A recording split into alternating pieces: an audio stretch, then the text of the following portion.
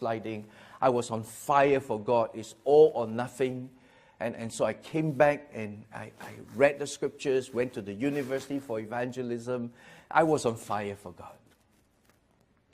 And so God called me to leave my occupation and to enroll in Bible college. In the first year of Bible college, I nearly gave up. How it happened was that a member of the church lent me a car to drive. I said to a missionary coming to Singapore, I can pick you up and send you to my house and host you in my home. I'm staying in the Bible college. My flat is empty. You're welcome to use it. So I picked him up, was driving the highway. The car broke down. Now, I don't own a car, so I don't know about cars. I don't even know why it broke down on the highway. I thought pastors' cars are not supposed to break down. And in Singapore, when your car breaks down, nobody stops to help you. This missionary was very resourceful. He says, I know of a friend who could help. I'll call him. He called the friend. And while we are waiting for the friend to come, in a city where nobody stops for you, a huge lorry stopped, a truck stopped. And an Indian truck driver jumped up and asked, what's wrong? I didn't know what's wrong. He checked the car and he said, it's your battery, it's flat. So he took his jumper cable and he charged the battery. While he was charging the battery, the Lord spoke to me, share the gospel with him. I don't know how. Oh, I've been in the universities for a number of times now sharing the gospel. When it comes to apologetics, in those days, Josh McDowell and C.S. Lewis and G.K. Chesterton, I'm familiar with their works and therefore I'm at home in the university. But how do I share a gospel with a lowly educated Indian truck driver? I don't know how. I didn't realize it then, but now I know. It was spiritual warfare and irrational fear. My heart was palpitating. By the time he finished, all I could say to him, thank you very much, God bless you, and he drove off. I went to the car and switched off the engine to save the battery. You are car owners, you know you don't do that. You keep the engine running to charge the battery. I don't own a car, I didn't know. So I switched off and waited for the friend to come. We waved him off. Great, everything is fine. Jump in the car, started again. It doesn't start. And nobody was there to help. But lo and behold, the same truck made a U-turn. Same lorry driver jumped up. And across the highway he shouted, what's wrong? And now I'm the educated one. I said, the battery. And he did this, which to me was an international sign language for stupid. He took that huge truck battery, came over, charged it. And while he was charging it, God said to me the second time, son, share the gospel with this man. You know what that is called? Second chance. Now here's my question. If you were given a second chance, would you have taken it? I didn't. I dare not. I panicked. My heart was palpitating. And all I could do at the end of it is to say, thank you, God bless you. He drove off. My whole world collapsed. I went back to Bible college. I told my wife, and I am not continuing anymore. I'm giving up. The next day, the lectures started. I did not go to the classes. And then the Lord spoke to me in my depression. Son, go to the chapel. I don't want to go to the chapel. Son, go to the chapel. So I dragged myself to the chapel, sat right behind, and the Lord spoke to me. Son, I want to use you and I can use you. And my immediate objection from my heart is, Lord, you can't use me. I denied Christ, I betrayed him, I'm useless. Why do you want me to be in this chapel? I don't belong here. This is the company of saints. These are those who are preparing themselves for the full-time ministry. I am hopeless, I am worthless, I am a failure. You can't use me. And God said, no, son, I want to use you and I can use you. So I said to the Lord, to show you can't use me, I will cross the street at the Bible college. The first person who I meet, I will share the gospel with. The first person was a Chinese middle-aged lady. I was in my mid-20s. I said to her, can I share something with you? And she went in Chinese some more. What? I am Chinese, but I don't know how to speak Chinese.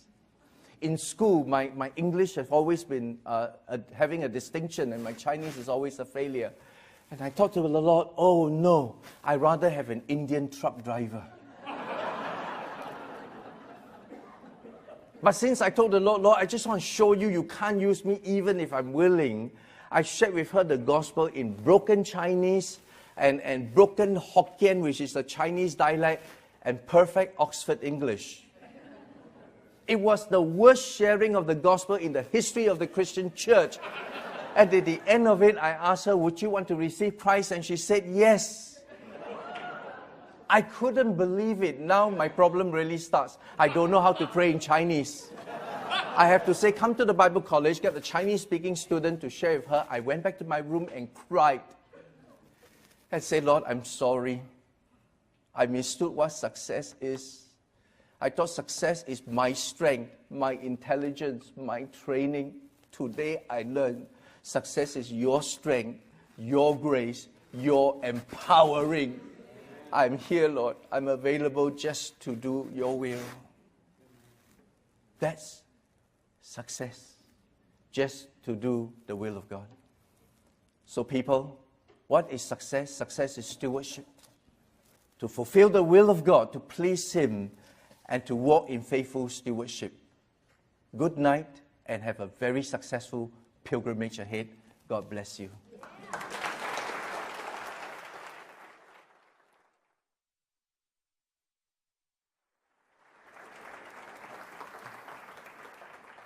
Thank you, Pastor Edmund. That was the perfect message for us.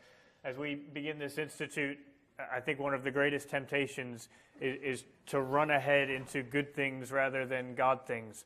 There are so many good opportunities before us, and you just want to run ahead into all of them rather than really waiting and doing specifically what it is that God asks of us. So please pray that we would be obedient. Thank you for being such a true friend to this ministry. While you're in town, if there's anything at all that you need, don't hesitate to let me know, except for my car. You can't borrow my car. With such wonderful speakers, many are taking notes, and there are desks next to your seats. Margie asked me to point that out. As you tour this building tonight and as you see it tomorrow, you will find that, in particular, Margie and her sister, Barb, there is such intentionality about every single detail in this facility. I hope you'll be able to appreciate that as you walk around, and feel free to use those tables as you take your notes. Next, we have the privilege of hearing from Dr. Oz Guinness on the heartbreak of our nation. Oz is a social critic that has spoken around the world in highly strategic settings, especially in academic, political, and business settings. He's a leading defender of religious freedom, and to my mind, he's one of the most profound thinkers of our time. He received his doctorate in the social sciences from the University of Oxford.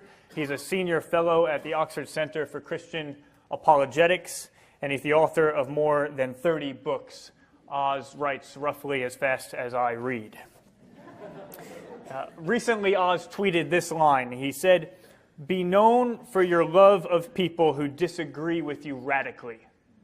Be known for your love of people who disagree with you radically. And Oz preaches that. He also practices it. About 2 weeks ago, I was with Oz and a team from RZIM sharing Christ on the campuses of UC Berkeley and Stanford.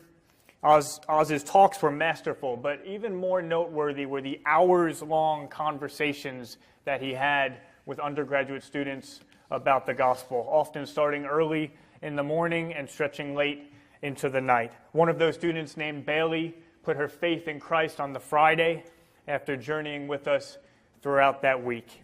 It is very rare to find someone like Oz who has the mind to be able to zoom out and see the trajectory of history and culture and institutions, and yet also has the heart to zoom into an individual's life and to be up well past midnight, loving and listening well to an undergraduate student that he disagreed with. I have no doubt that Oz could have won that argument in 3 minutes.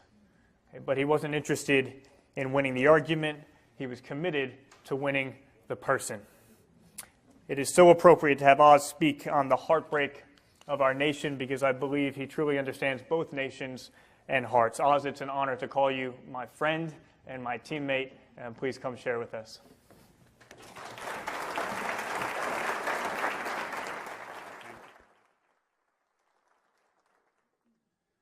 Thank you, Vince. What a tremendous privilege it is to be here on this great occasion. Ravi gave me the topic, the heartbreak of our cities. And I thought about it, and I thought, that's Jacques Ellul or Tim Keller, but that's not really me. And so we arranged this one.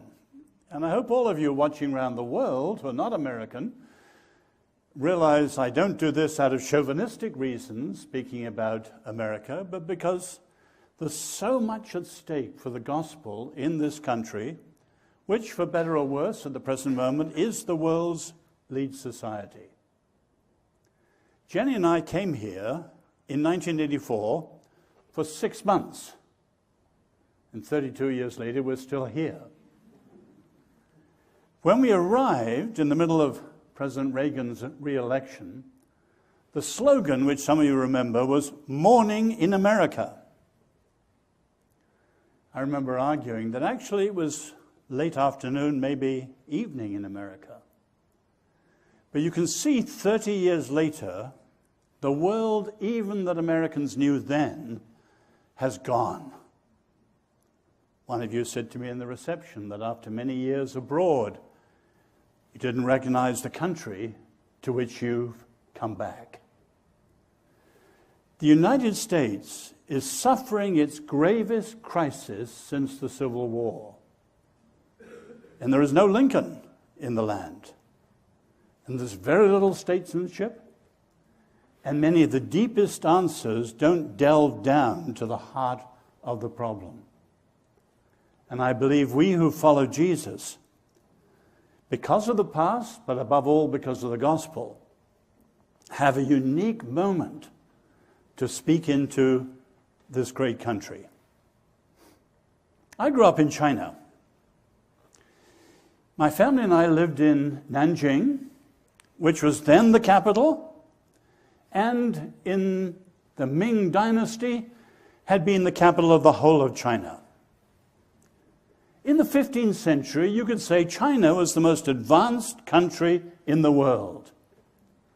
The richest, the most technologically advanced, with incredible inventions all around, amazing learning, and adventuring that went round much of the world. But as the Chinese acknowledge, in just 1 century, and then for 5 centuries, China was surpassed by the West. And in the last generation, the Chinese have said, why? As some of you know, and Neil Ferguson describes in his book, Civilization, there was a discussion at the Chinese Academy of the Social Sciences as to why the West suddenly leapfrogged the greatness of China and went from being a cultural backwater to being the most influential civilization in the world. Was it the Western guns? No, they said. Was it the Western economy? A little bit, they said, but not really. Was it the Western political system and the rule of law? A little bit that too, but also not fundamentally. What was it then?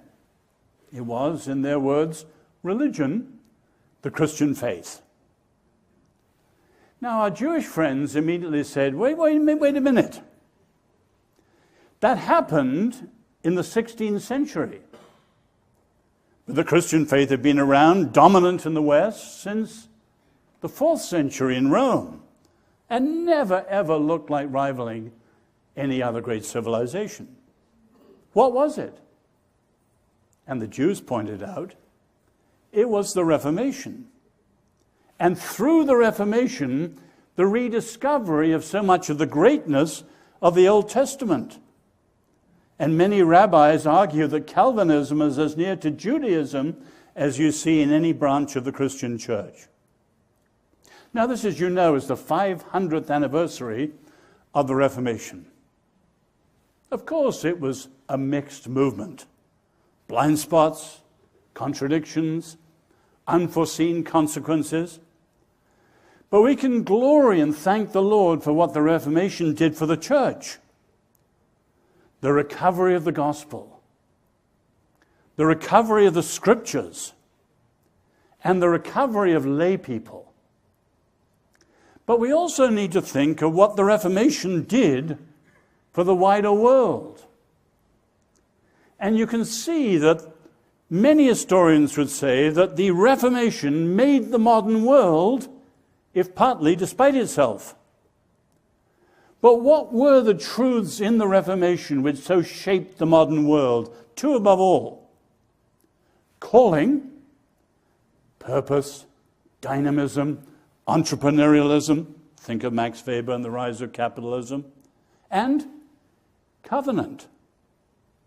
Covenant, which became Constitution and lies behind the American Constitution.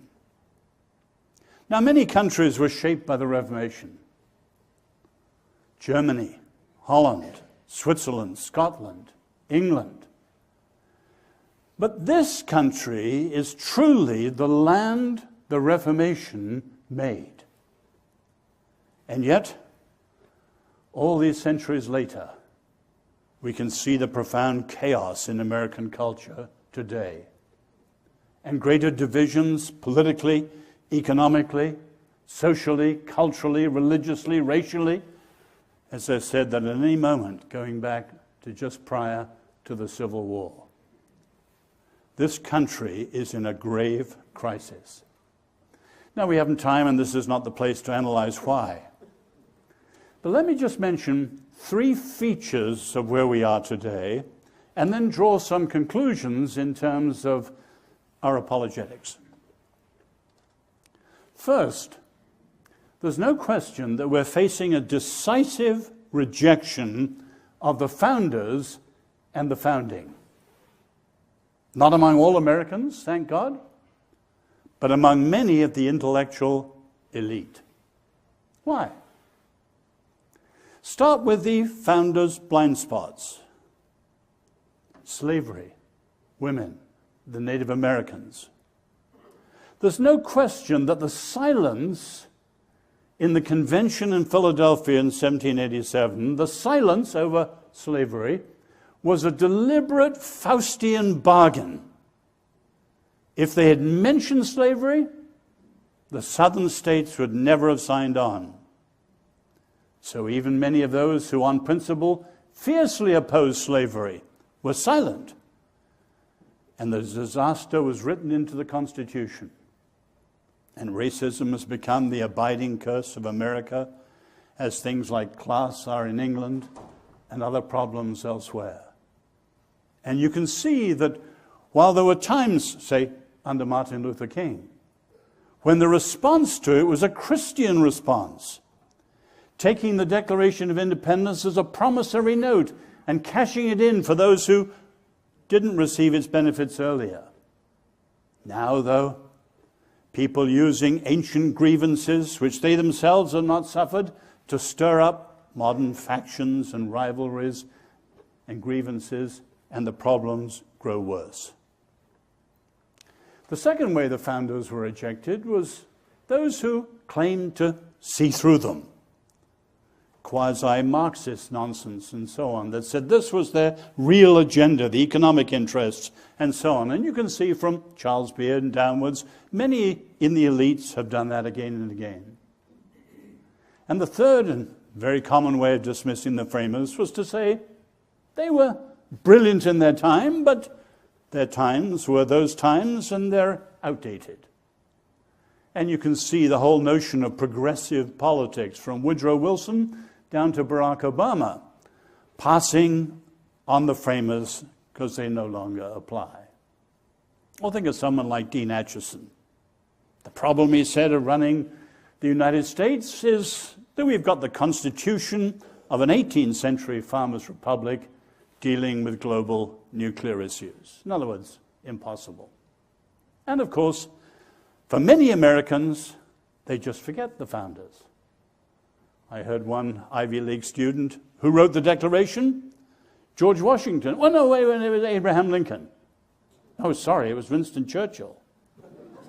And you can see a general ignorance surrounding history at large and the founders.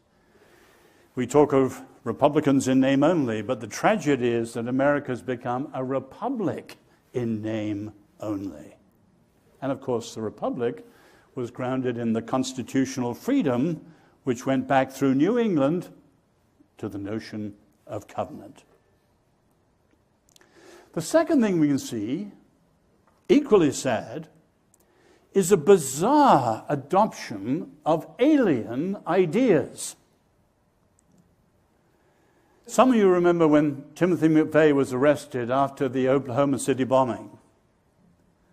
And if you remember, he was arrested wearing a sweatshirt or a T-shirt with a quotation from Thomas Jefferson. What Jefferson had written to Abigail Adams on the occasion of Shays' Rebellion. The tree of liberty is often refreshed by the blood of tyrants and patriots because that is its natural manure. Jefferson said worse than that. When the French Revolution broke out and the Reign of Terror started, he excused it and condoned it and said the injustices were so great that the whole thing should burn down so long as there was a single Adam and Eve left to start all over again. And of course, 250,000 French were killed in that revolution. Jefferson, thank God, was out of step with most of the founders. Washington and Mason and Adams and many of the others, they had a notion of ordered liberty, very different from that destructive Jacobin liberty of Jefferson. And Jefferson himself, when the revolution was taken over by Napoleon, renounced it later on with a considerable hypocritical turn. But here's my point. If you see how the French Revolution is so decisively different from the American Revolution, you can see how bizarre it is that many of the ideas flowing through America in the last century are closer and owe more to the French Revolution than they owe to the American Revolution. As late as the 1950s, America is often described as a liberal order with a capital L. A commitment to freedom and ordered freedom and to justice, a liberal order. But it shifted to a liberal left order in a very, very different sense recently. Think of some of the movements. Multiculturalism. The American motto is a pluribus unum. Out of many, the earlier motto, out of many, one. In other words, you need to know the one. You need to know the identity. But in 1908, when Horace Callan first wrote on multiculturalism, the idea that the ethnic cultures are, quote, unmeltable, you can't change your grandfather, as he put it, he gave rise to the idea that no one really needs to adapt to their host country. The host country needs to adapt to them. Now, that idea didn't make great headway when it first came out. And after World War I, there was a period of very powerful, even coercive nationalism. But in the 1970s, it re-erupted. And it became the ruling philosophy, not only here, but in Europe. And of course, it's behind the French banlieue, the British no-go areas, the so-called dish cities in Sweden, and all that. And it's been disastrous in each of them. But it's particularly disastrous here because now everything is diversity, but there's no unum. Out of diversity, one. A pluribus, but there's no unum. Civic education collapsed in the 1960s. And you can see with the discussion of immigration now, whether some talk of walls and some talk of sanctuary cities. Nobody talks of civic education and how immigrants come to this country and become Americans. And as scholars have pointed out, increasingly immigration puts more of a stamp on this country than the revolution.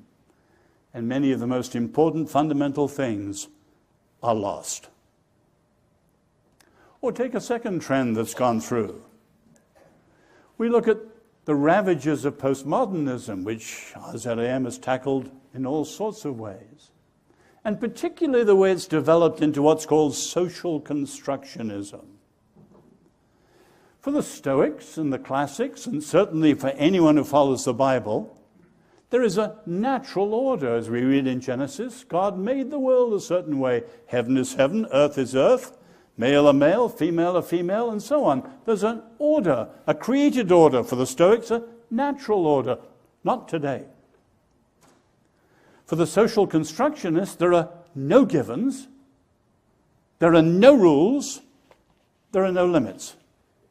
So you can be whatever you want to be. And you can see much of the current discussion through Judith Butler and the gender revolution is on male-female. But you can equally see in much of the radical talk, it's not just life and death, but even humans and the divine. Yuval Harari's latest book, you can see the whole thing in the title, Homo Deus. No longer Homo sapiens, his earlier book, Homo Deus. With our technology and our science and our information, what he calls dataism, we can truly be as God, and a refueling of that Babel drive all over again. Or we think of the sexual revolution. Many people I know just view the sexual revolution through the lens of people they know. How can I argue with my sister-in-law? Well, my colleague is this, and who am I to speak out? Or they're viewed as a kind of wayward child of the 1960s and the 3 Ps, permissiveness, the pill, and Playboy. But if any of you looked into the roots of the sexual revolution, it goes back quite literally to the French Revolution. And you can see the influence, say, of Jean-Jacques Rousseau on the Marquis de Sade, playing out in the young Shelley in England, fortunately stopped there in his tracks by the evangelical revival. And then playing out by many people down the centuries, down the decades since then, above all Wilhelm Reich, who wrote The Sexual Revolution, which is behind so much of it, coming right down to our own time and the people in this area. And you can see that it shares all the marks of the French Revolution. Utopianism. Man is born free, but he is everywhere in chains. Just remove the chains, take away the repression, and everything will be fine. And you can see the enormous naive utopianism behind so much of this. And of course, right from the very beginning, the one great obstacle to freedom, religion. Above all, Roman Catholics and evangelicals. And what was absolutely remarkable was reading some of the WikiLeaks leaks of the people around John Podesta and his former Catholic friends, and how they exactly mirrored the complaints against the church by Wilhelm Reich and other people writing back in the 1920s. Religion in general, but the Christian faith and the church in particular, is something that's the obstacle to their success of freedom for everyone. And of course, you can see the appeal. The old categories of proletariat and all that sort of stuff are transcended. You just have reactionaries and progressives. And who would argue against sexual freedom? And so it goes. But you can see a whole series of ideas which have just flown through from the French Revolution, having profound effect today in the country that gave us the American Revolution, so decisively different. The third feature of our time that strikes me as I look at where we are now is the sad scandal of the American church. We look at the church worldwide, and as you all know, the church is exploding around the global south. Asia, sub-Saharan Africa, not doing well anywhere in the West. And as you know, the sting in the tail is that much of the global south is pre-modern, and what's done in much of the church in the West is its capitulation to the modern world. But you have to add to that the sadness of the scandal of the American church. Because if we look at Europe, many of us know that well too, in almost every European country, the church, for various sad and historical reasons, is a tiny minority. But in America, we are a huge majority, and yet having no cultural influence. Take other tiny groups. Our Jewish friends whom I love. The Jews love to point out that they are so tiny, numerically, they don't amount to a tiny statistical error in a Chinese census. Look at their Nobel laureates. Look at their influence in the financial world. Look at their shaping of Hollywood and all sorts of other areas. Put it mildly, the Jews punch above their weight. Or we could take groups that we disagree with, respectfully but radically, like the LGBTQ groups. Less than 2% of America. But with far more cultural influence than we who are followers of Jesus and called to be salt and light. And you can see in this country the confusion and demoralizing, how many Christians simply don't know how to engage with culture. And often they only engage with the most simplest of the hostile ideas, and almost never with the distorting, shaping powers of modernity. And to me, it's a scandal that on the 500th year of the anniversary of the Reformation, all that many of our evangelical magazines are discussing is the Benedict option of strategic withdrawal. Nothing could be more of an insult to our Lord's call and to the genius of the Reformation. And the way through calling, it gave an inner asceticism that really took people out into culture and changed the modern world profoundly. What does this mean for us, though, as we move out as people who love apologetics, or I like to use the word Christian advocacy? First, in terms of America, I think it means the deepest crisis is a crisis of freedom. Many people look at where we are today and all worried about the president.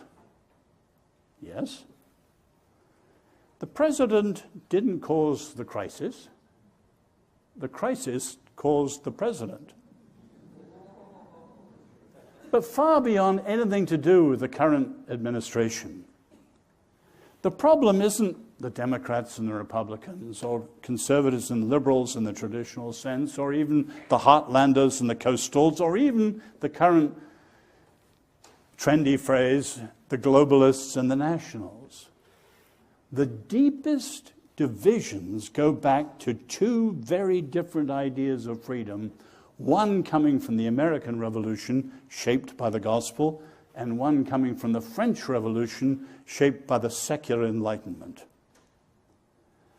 Freedom requires truth in the biblical understanding. Freedom requires power in the Enlightenment understanding.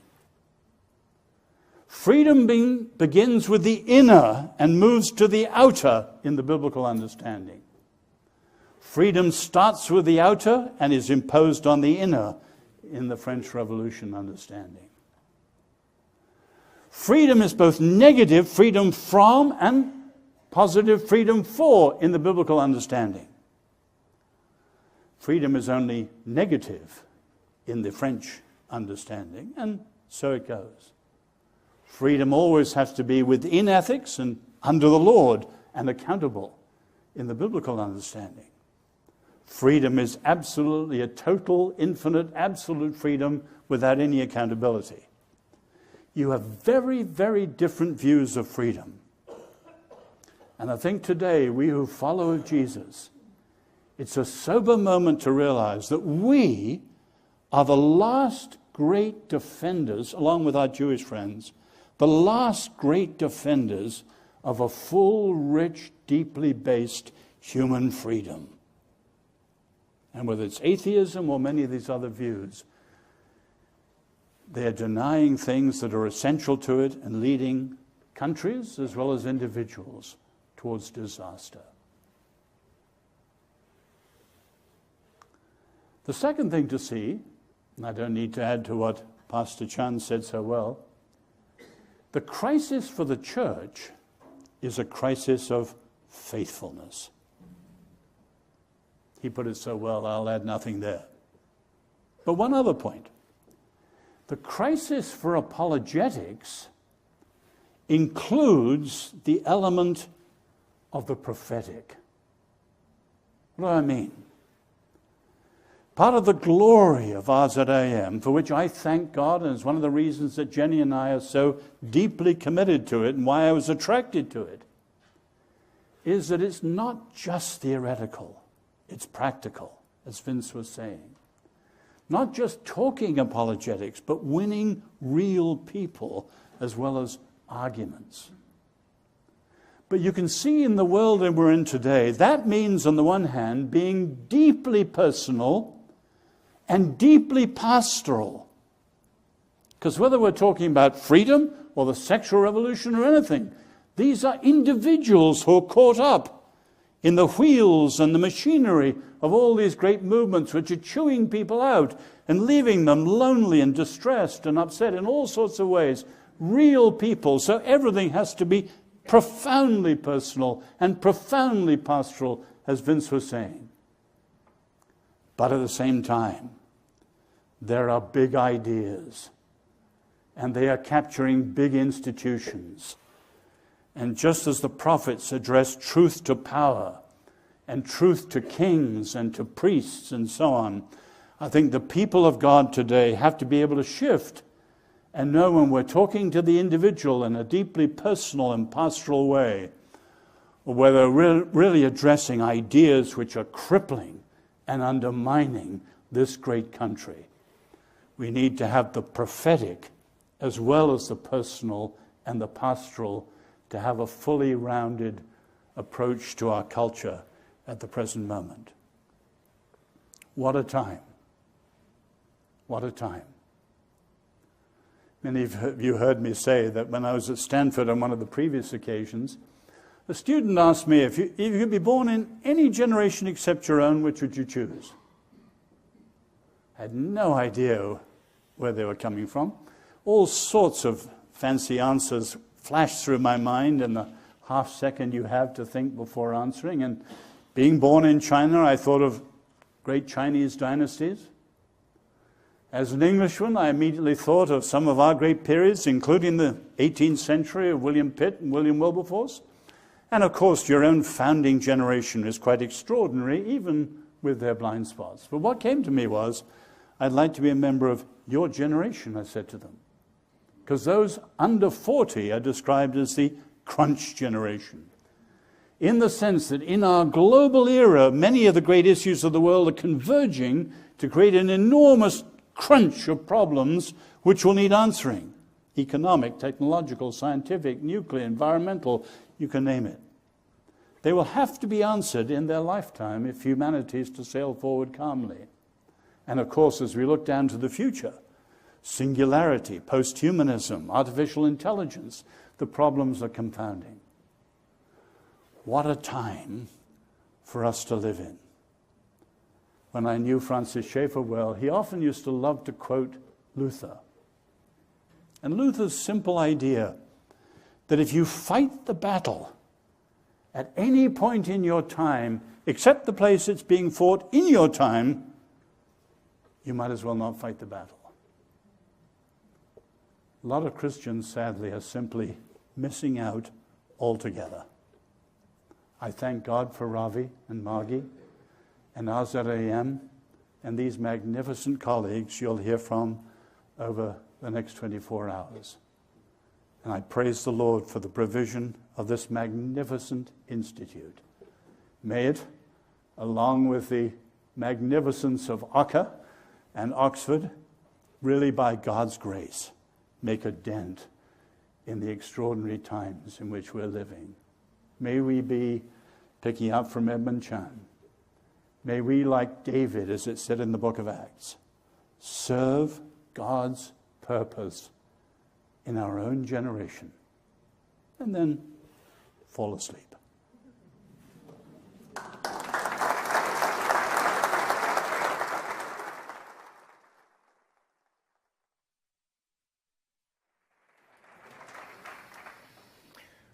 Thank you, Oz. Every time I hear from you, my understanding of the gospel is enlarged.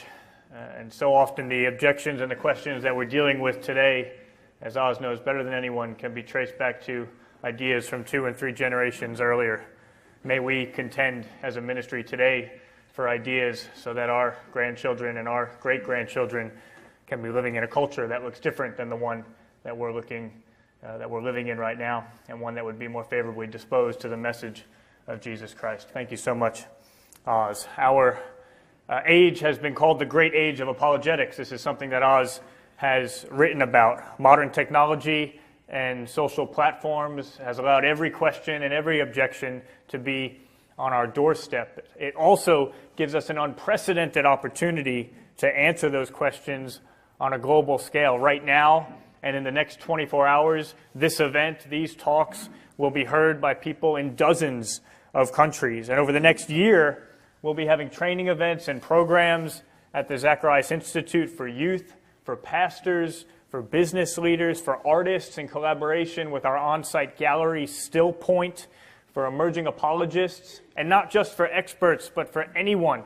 who's eager to deepen their faith. Many of the greatest thinkers and speakers in the world will be joining us, and most of these events will be live streamed across the globe, and so they'll be available to anyone with a computer or a phone. We're living in the great age of apologetics. The question that remains is which apologetic will win the day. People often ask us as a team which questions are becoming more and more common, and one type of question, one cluster of questions that we're receiving more and more frequently have to do with depression and suicide. And it's not hard to see why. Each of us sees about 3,000 advertisements per day. And pretty much every one of those advertisements is telling you that you're not good enough. It's telling you that you need just one more product in order to be worthy of love. This is the most connected generation of all time. It's also the most lonely generation. The apologetic of the Christian faith offers something radically different, a message that is life-giving rather than life-taking, a heaven-sent message. Ravi is the person to talk to us about this message because he has lived it with integrity for 50 years. He began on a bed of suicide, and then the Bible was read to him, and in it he found life. Now, if you travel with Ravi, you will regularly hear him praying through the walls of his hotel room out loud. You will see how he remembers every name of every bellman who holds a door for him, every waiter or waitress who serves him. Whoever he is speaking with, he looks directly at them like they're the only person in the room. Ravi always says, what you win people with is what you win people to. Ravi has won people with integrity and respect and kindness. Thank you letters to Ravi stream in from all over the world.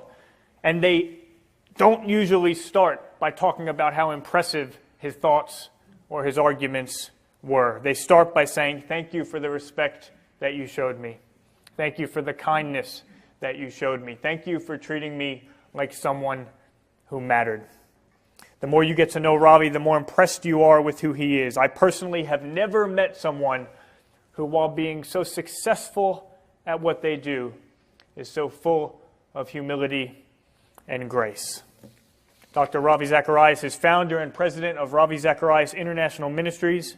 Many know that he has presented the claims of Christianity on the campuses of the top universities in the world: Harvard, Princeton, Oxford, Cambridge, Dartmouth, UPenn, Johns Hopkins, and many others. Many don't know that Ravi gave the commencement address at Covenant Day School in Matthews, North Carolina, to 70 graduating seniors. because 10 years earlier he promised a dying friend that he would speak at his son's graduation, and Ravi always honors his promises. Many don't know that Ravi was honored with the title of Secret Reader at his grandson's preschool. I heard Ravi was more nervous to speak to that group of 4-year-olds than he was when he spoke to an audience of 10,000 the week before. And that doesn't surprise me, because I know that that preschool event would have been just as important to him as any other event on his schedule. Dr. Zacharias has twice spoken at the annual prayer breakfast at the United Nations in New York. In 2008, he served as the honorary chairman of the National Day of Prayer, which included giving addresses at the White House and the Pentagon. Dr. Zacharias has authored or edited more than 25 books, and he has been conferred with 9 honorary doctorates. Ravi, to serve alongside you is the honor of a lifetime. Ladies and gentlemen, Dr. Ravi Zacharias.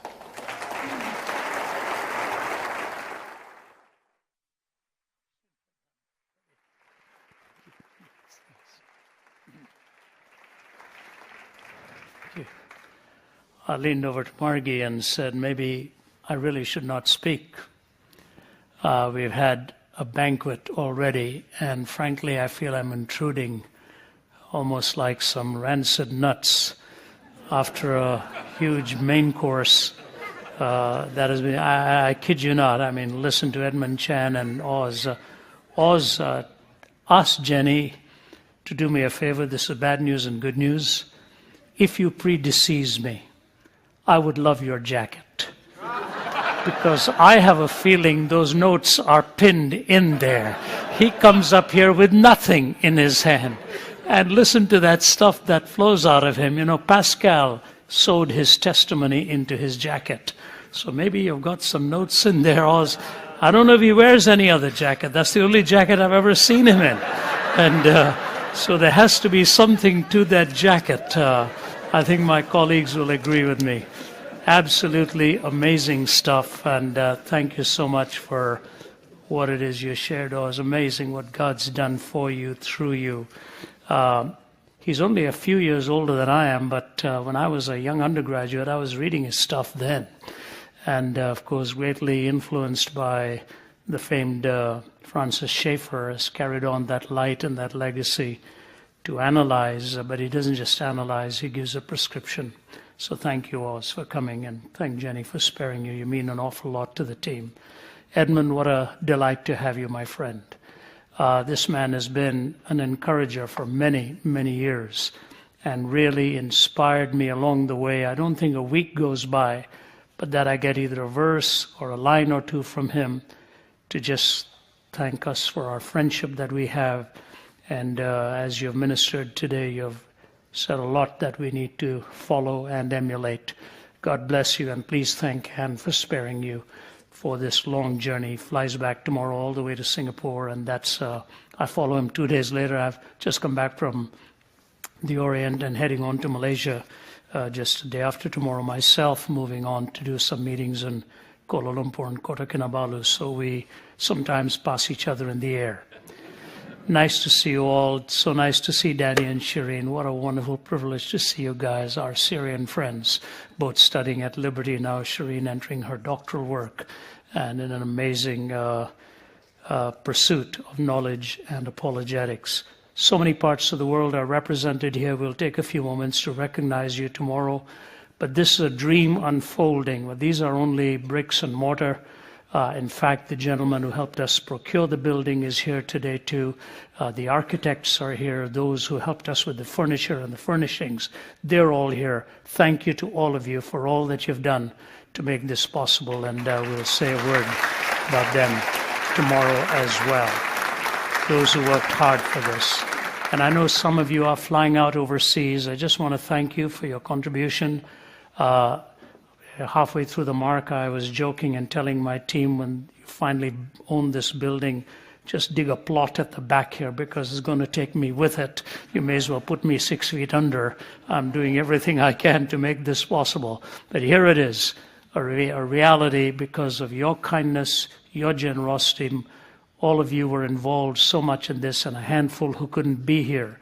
I just want to express my deep thanks to them and to my Lord for them. You know, I have a colleague on my staff, and his name is Sanj Kalra. You recognize him by his hair. What I lost, the Lord gave to him. And he keeps telling us it doesn't happen by accident, although sometimes when I look at it, I think it is an accident. He's the fashion model for our team. He issues me fashion violations repeatedly and keeps us humored. So what you're about to see is something that he showed me some time ago. And here's my question for you. When you think of zeal, enthusiasm, vibrancy, and eagerness, what illustration would come to your mind? To me, this one does, and I'm going to have these gentlemen turn it on for you. Hopefully it'll come through properly. Watch this now.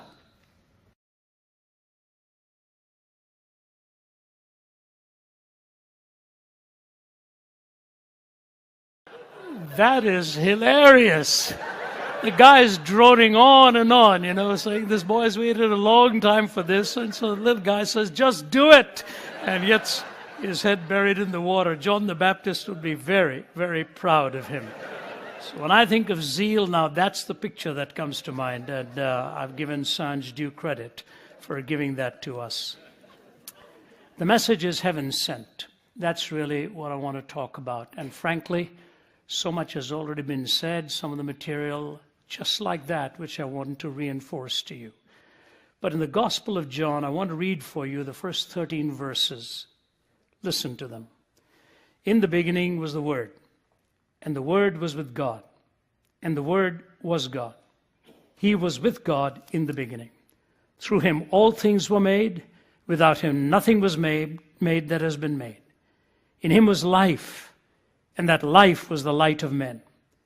The light shines in the darkness, but the darkness has not understood it. There came a man who was sent from God. His name was John. He came as a witness to testify concerning that light, so that through him all men might believe. He was not the light. He only came as a witness to the light, the true light that gives light to every man who was coming into the world. He was in the world and through the world, and though the world was made through him, the world did not recognize him.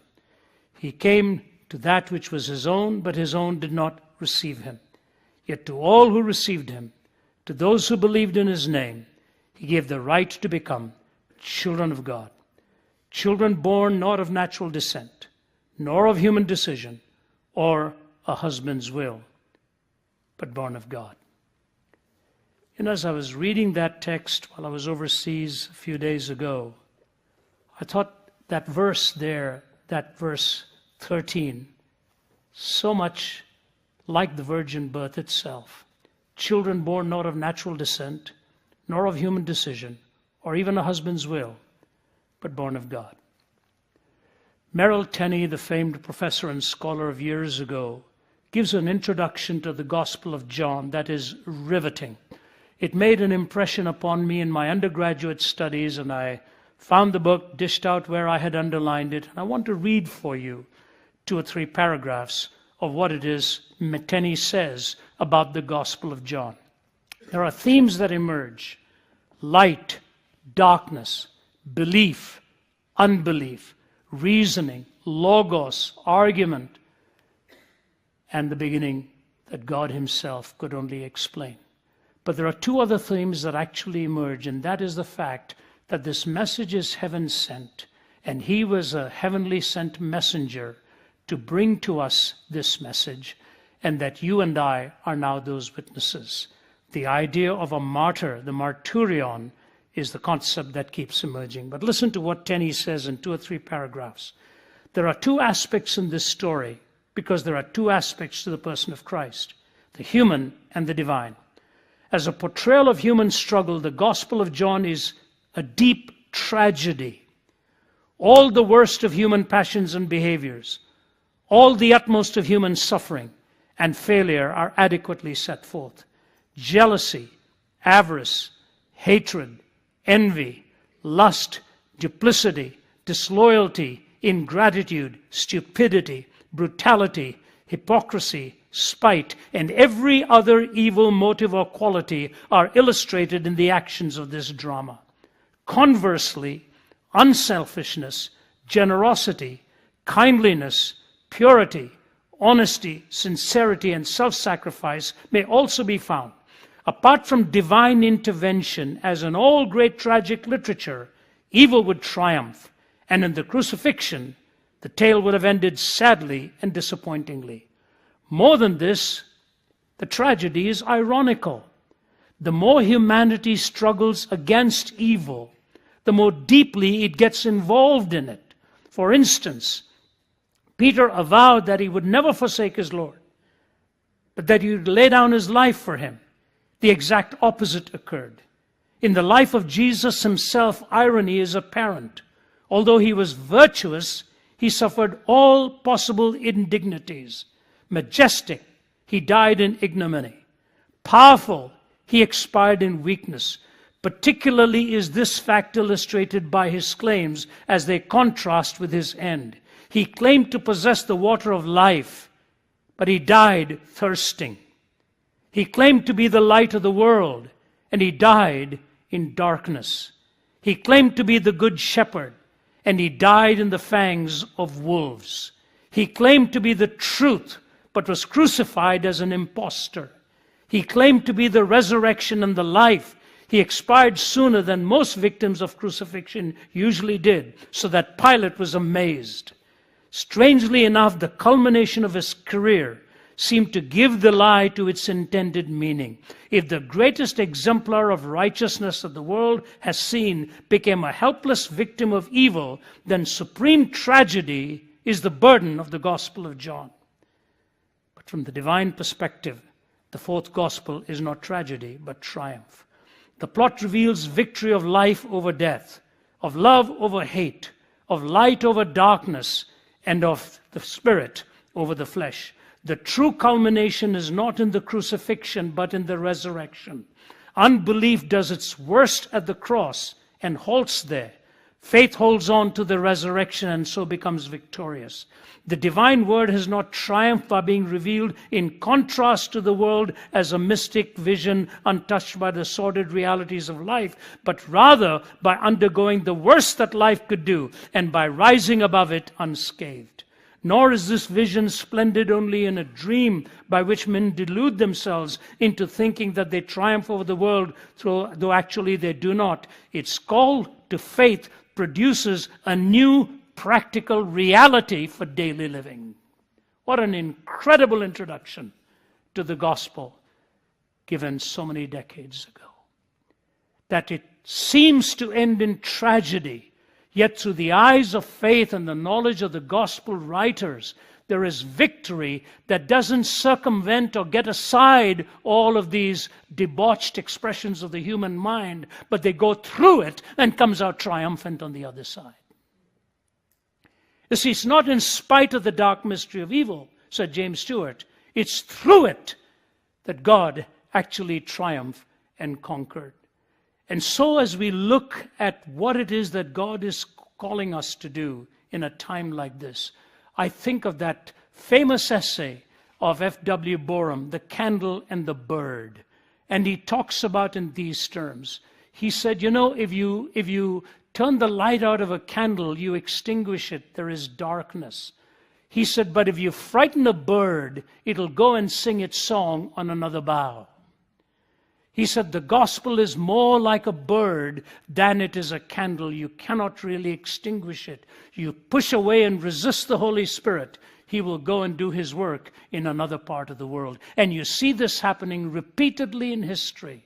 When Addison was mourning the loss of Puritanism in England, at that very time, Count Zinzendorf, with his little band of young men in their 20s, were meeting at Herrenhut and launched the Moravian movement. It was the Moravians that inspired Wesley. It was the Moravians that inspired William Carey. In fact, when Carey threw down the gauntlet in front of his leadership, he had the annals of the Moravians put down at the table and said, they're sending missionaries all over the world. Why aren't we doing the same? The day the cross was being burned at Notre Dame in France, the very day in Paris, William Carey was setting his foot on Indian soil.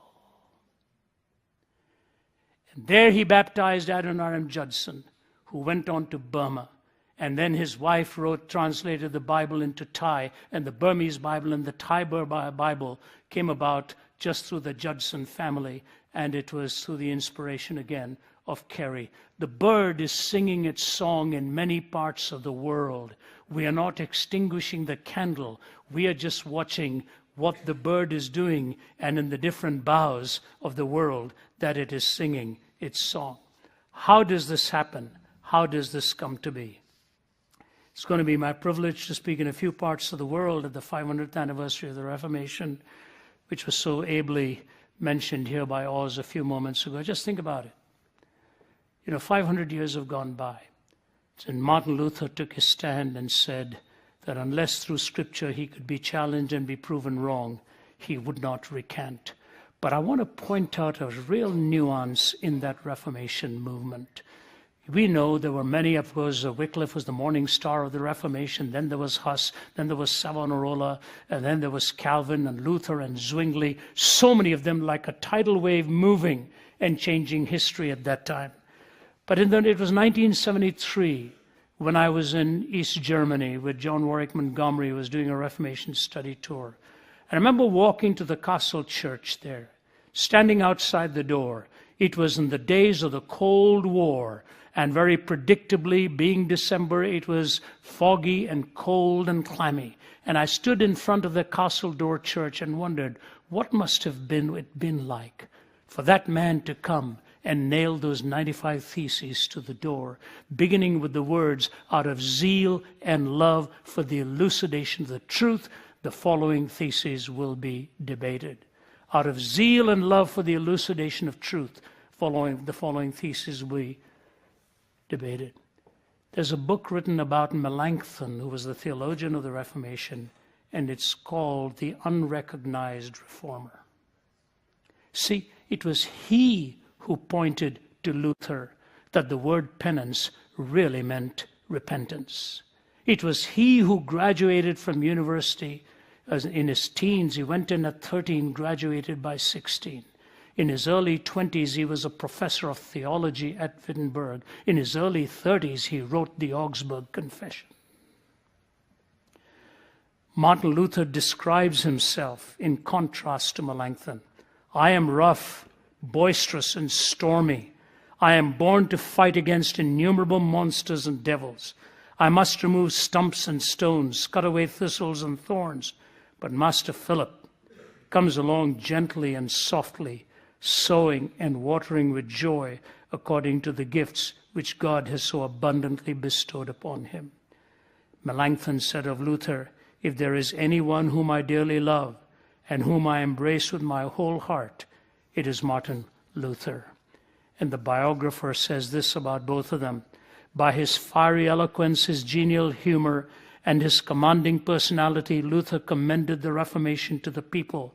By his moderation, his love of order, and his profound scholarship, Melanchthon won for it the support of the learned, the lovely, and pleasant in their lives. They toiled, prayed, and suffered for the same great cause. And in death, they are not divided. They literally lie side by side in their graves at the Castle Church in Wittenberg. They died at the same age, 63, except Melanchthon was younger by about 14 years, so he preached at Luther's funeral. And as I walked into that church, I thought to myself, these guys were young men. They took on the world. They challenged the world. They stood with the word of God, and though this world with devils filled should threaten to undo us, we will not fear, for God has willed his truth to triumph through us. The prince of darkness grim, we tremble not for him. His rage we shall endure, or can endure. One little word will fell him. Amazing change of the course of history, half a millennium ago. Is it impossible for God to do the same at this time in history? Through teams like this, through the lives of people like Edmund and Oz, and those who've gone on, who've left a legacy, people like Francis Schaeffer and so on. So I want to talk to you very quickly. What are the challenges we really face in our time? The first one I hesitate to talk about because it's not a subject I like to often get into. But, a few days ago, I was, I think, somewhere in, I don't know which country I was in, somewhere overseas in Asia. It's about 10 days ago. And Ruth on our staff sent me a lead article in a student newspaper, in one of the leading newspapers in the leading universities of this country. When I read it, I started to cry. I said, I can't believe what I've just read. I cannot believe what I've just read. And then I thought to myself, how did this even come into my email? There were so many four-letter words sprinkled through it in the crudest form of sexual indulgence. From autoeroticism to polyamorous relationships, name it, it was there. And this young gal who's writing in a newspaper as a student, verbally voyeuristic, telling everything of all she does and all she's done from the time she was a young teen.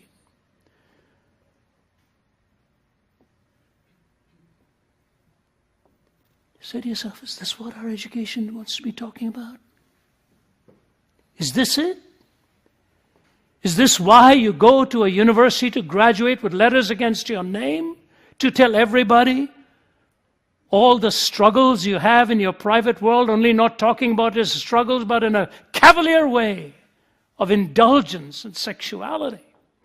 And so it is, oftentimes, the Dawkins and the other in the world will tell you what it is they're really hostile towards in the Christian faith. It is because they consider us morally repressive and restrictive of this kind of indulgence. I want to say to you something. I became a Christian at the age of 17. I played cricket for my university. I played cricket in a local club. I was very competitive in sports. I didn't know a single Christian on my cricket team or my hockey team. They're all Hindus, Muslims, Buddhists. Some of them may be. Not one of them would have read that article and found comfort or inspiration. They would have all said, this is bizarre and perverted. But the Christian faith takes the hit for it. And so what we are really living with at this time is a kind of sensually driven culture that has actually come to believe that you find your nirvana or your moksha or your salvation in indulging in this body in any form you want to indulge. You will find happiness in it. Yet read the life stories of people like Ernest Hemingway and others who ultimately lived out to a total life of impotence and found that the most frustrating part of them was that the very thing they lived for had nothing to give for them anymore. This is what we're up against. We're up against a young culture that has spent itself and exploited the human body to a point of, we all fail. As young people, we all struggle. We all think there is some hope in something. And where you talk to people and you see they come away empty-handed, disconsolate, guilt-ridden, and pained by all of the things that they indulged in. And yet you go to the intellectual bastions, and that is their answer for nirvana and hope. And so it was in 1974 when Malcolm Muggeridge resigned from the University of Edinburgh and gave his farewell address there at St. Giles. This is what he said. So, dear Edinburgh students, this may well be the last time I address you. And this is what I want to say to you, and I don't really care whether it means anything to you or not, and whether you think there is anything in it or not. I want you to believe in that this row I have had with, it all had to do, by the way, at that time in the 70s, of handing out condoms free to the university students. And so he says this, I want you to believe that this row that I have had with your elected officials has nothing to do with any puritanical attitudes on my part. I have no belief in abstinence for abstinence's own sake. No wish under any circumstances to check any fulfillment of your life and being. But I have to say to you this, that whatever life is or is not about, I think this is the line that I love so much. Whatever life is or is not about, it is not to be expressed in terms of drug stupefaction and casual sexual relations. However else we may venture into the unknown, it is not, I assure you, on the plastic wings of Playboy magazine or psychedelic fancies.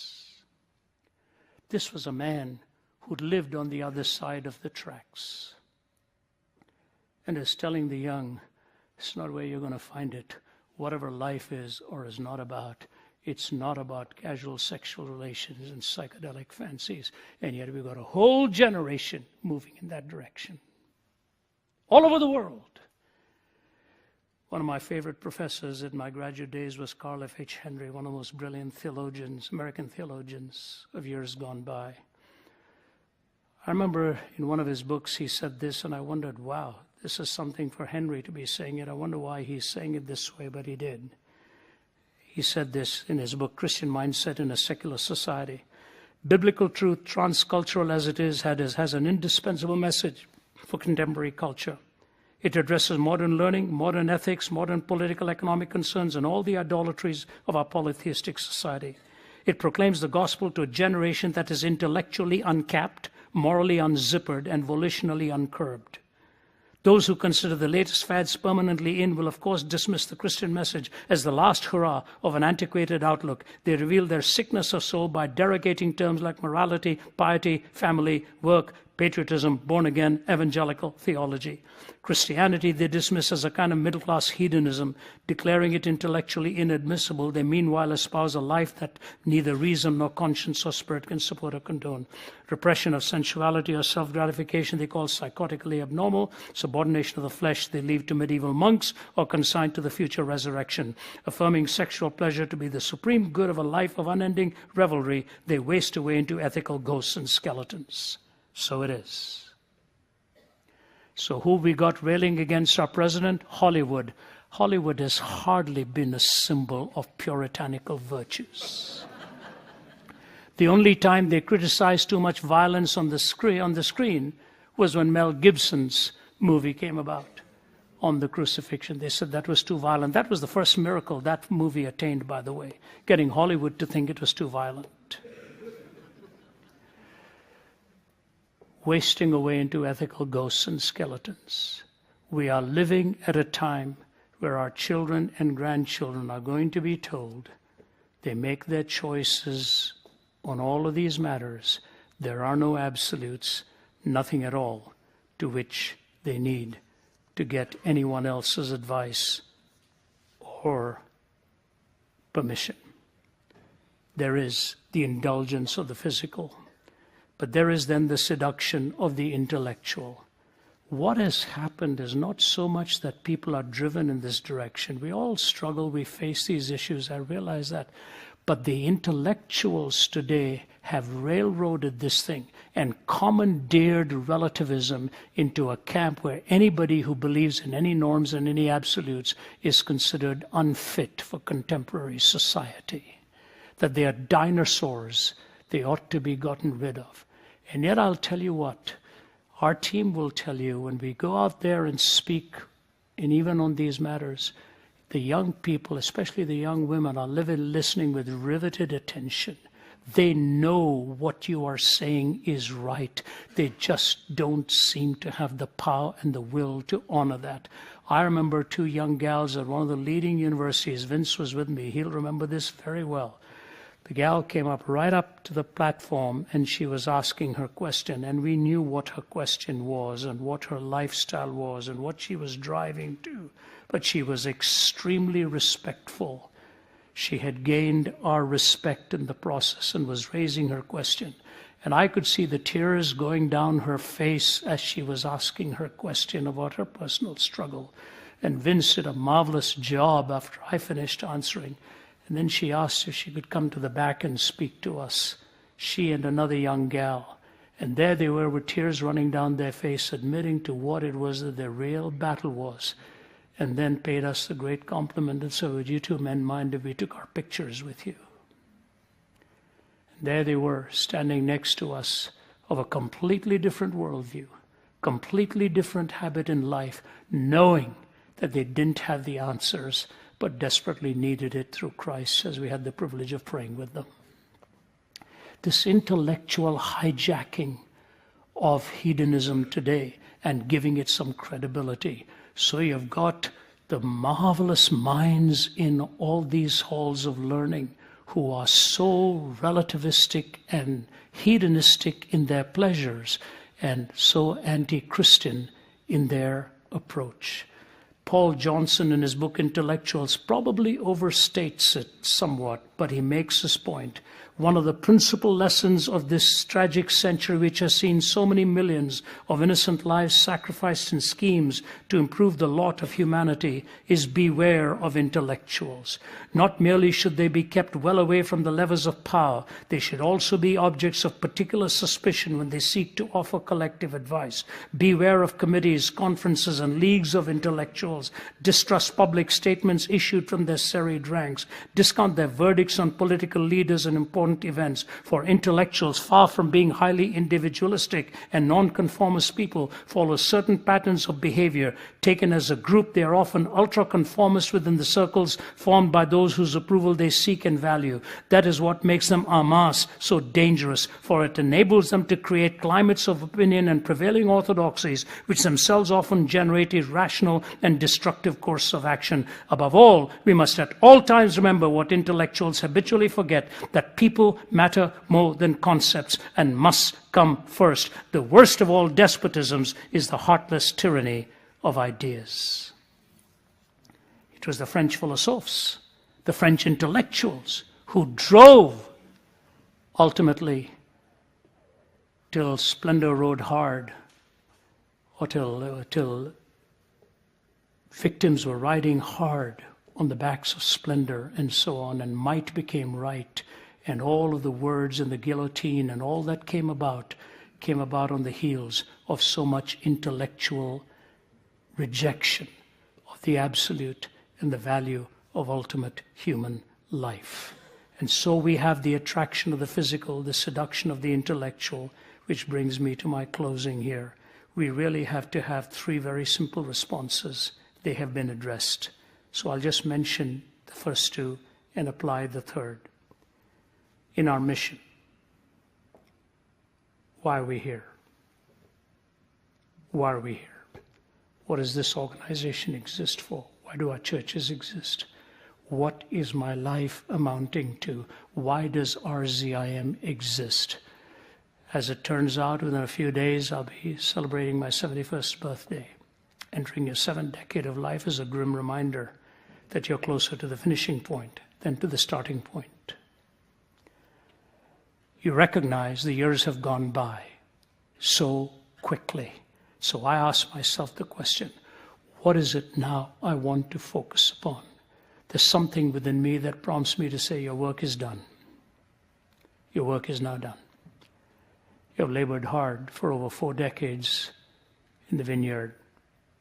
Shut the suitcases, sit at home, go down to your desk, write, enjoy the family every day. Oh, it is so attractive a thought. But then I look at the world around me and I say to myself, what is my mission in life? What did God call me for? Why did he rescue me from the hospital bed? I look at it and I say, it is to be in the arena where the battles are being fought and to try and win the best of the youth today to change their world and to change the world to come. And I believe we are going to see it happen. We are already seeing it. Abdul Murray is here. For us to be at Michigan State University on a weeknight with 9,500 in attendance, and the basketball game suffered in attendance because the kids were attending this open forum. And the lineup, and the lineup, and the lineup, and the questions, and the questions, and the questions. What is my mission? Number 2, what is our method? Our method is to lock eye contact with people and tell them we love them. You know, one of the best things about knowing Os Guinness is telling people that you know Os Guinness. And now I ask you this. There are worlds of scholars who'd give anything to have 2 hours of his time. To have a mentored leader like Edmund Chan, in demand all over the world, for him to take 72 hours just to come and spend 24 hours of each flying from Singapore here just to be with us because we're friends. The people who long to be with them. We meet people eyeball to eyeball. We are in their arena, and that's what shocks them. That's what shocks them. Our method will always be to be the light and to be there in the darkness and be there eyeball to eyeball. I cannot tell you the number of letters that I get from young people who say, well, there's one here just today who was talking to me saying, I struggled with my faith. Your program came on at just the right time and rescued me. That's our method. We will love people. We will value and treasure the gospel, and we will remind them it's the only way to change life and to find redemption and hope and build a secure home for the future. Our mission and our method. And lastly, it is our message. What is our message? Our message is very clear. For God so loved the world that he gave his only begotten Son, that whosoever believes in him should not perish but have eternal life. You know, Billy Graham, if he lives to the end of this year, will be 99, I think. He was born in 1918. Yeah, he turned 99 in November. He set his face like a flint. My dear friend Cliff Barrows passed away recently. He lived here for some time, and we used to have wonderful times with him. Dr. Graham fulfilled his mission as an evangelist. God has called us as this team. We've got the Luthers, we've got the Zwinglies, we've got the Calvins, we've got the Melanchthons as part of this team. World changes. Some of the young women and the young men in this team amaze me with the humility of heart and with the depth of their knowledge. We've got the same message and the same ethos. A whole team goes to a place, and people look at this team and say, I don't believe what I'm seeing. Such a diversity of cultures, ethnicities, intellectual rigor, but same compassion and love for people who've come to know Jesus Christ through this team. And so I close with a very simple illustration.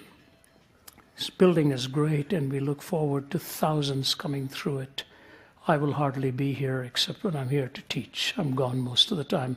To many of you, I want you to know I haven't been to every floor of this building myself. It's true. When people ask me, I just came here yesterday and lost my way. I couldn't find my car. I went in the wrong direction. I'll tell you the truth. These things don't mean anything to me. They really don't. What it means to me is that there'll be a place that people can come where there'll be a light on to take them away from their darkness. That's what this is all about. Several years ago, when we were in Delhi, we'd finished a long series of trips. One thing about Margie, she may pray a lot for me, but she keeps me praying a lot for her too. She's lost her purses in more places than ought to be allowed legally. So we're in Delhi.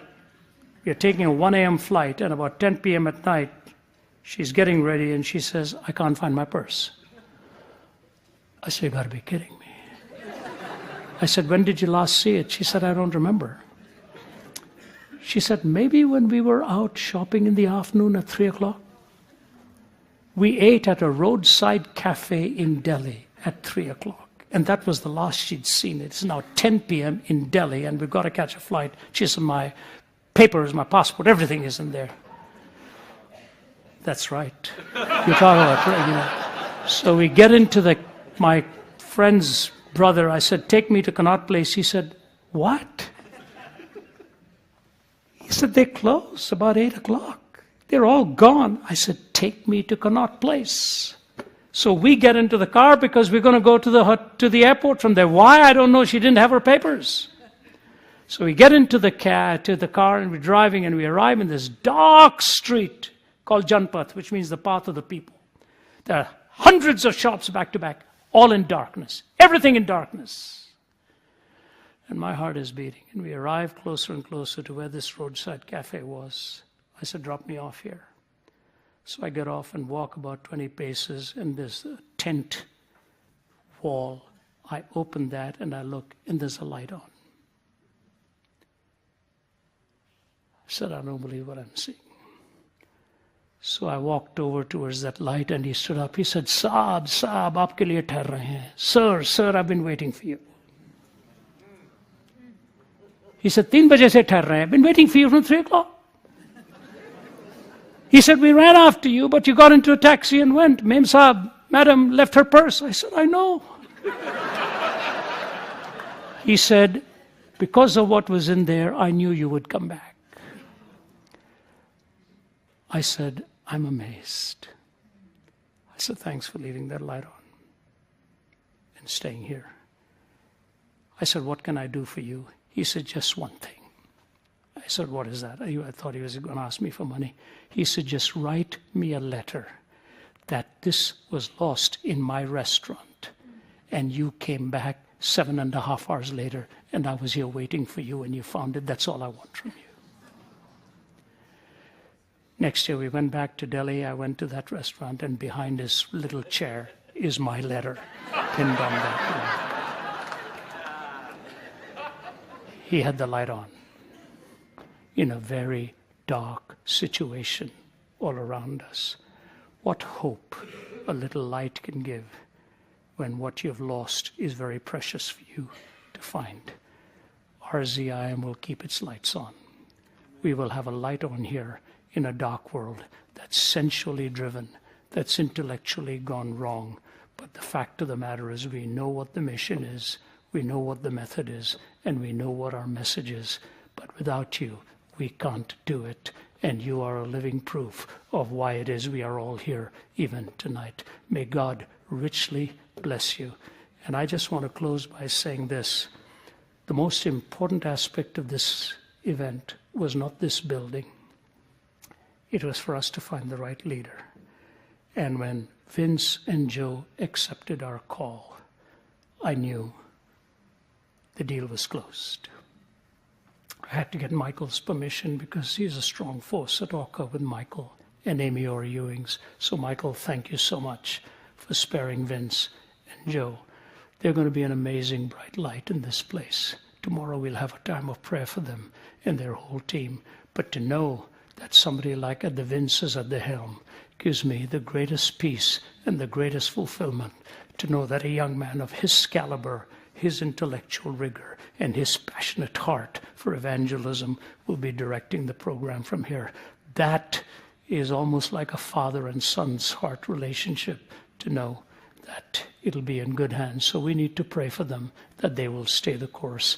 Vince, come and pray for us in closing now. Thank you, and God bless you.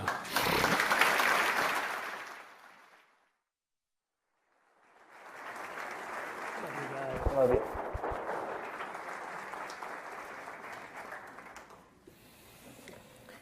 Amen. We have an incredible message to share, and our experience here at RZIM is that when we take people's questions seriously, when we invite people to Christ, often the people that we least expect are ready to say yes to that invitation. We recently had an event, and just afterwards there was a man named Tom who said that he wanted to put his faith in Jesus Christ, and a number of our team had the privilege of standing around him as he did so, and he prayed a simple but genuine prayer, asking for God's forgiveness and asking for God to come into his life.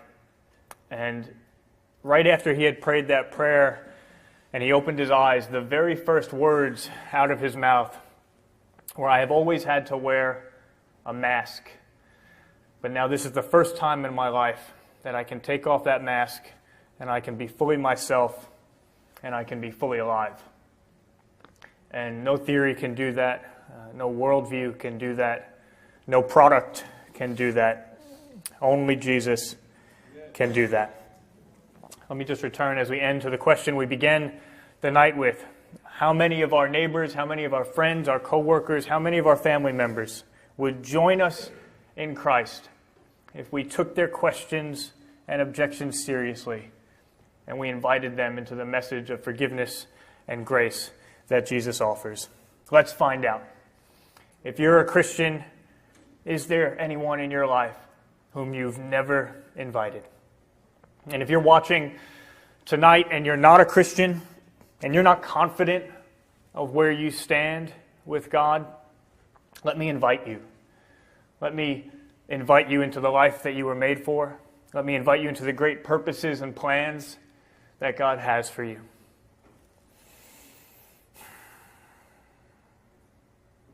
Let me invite you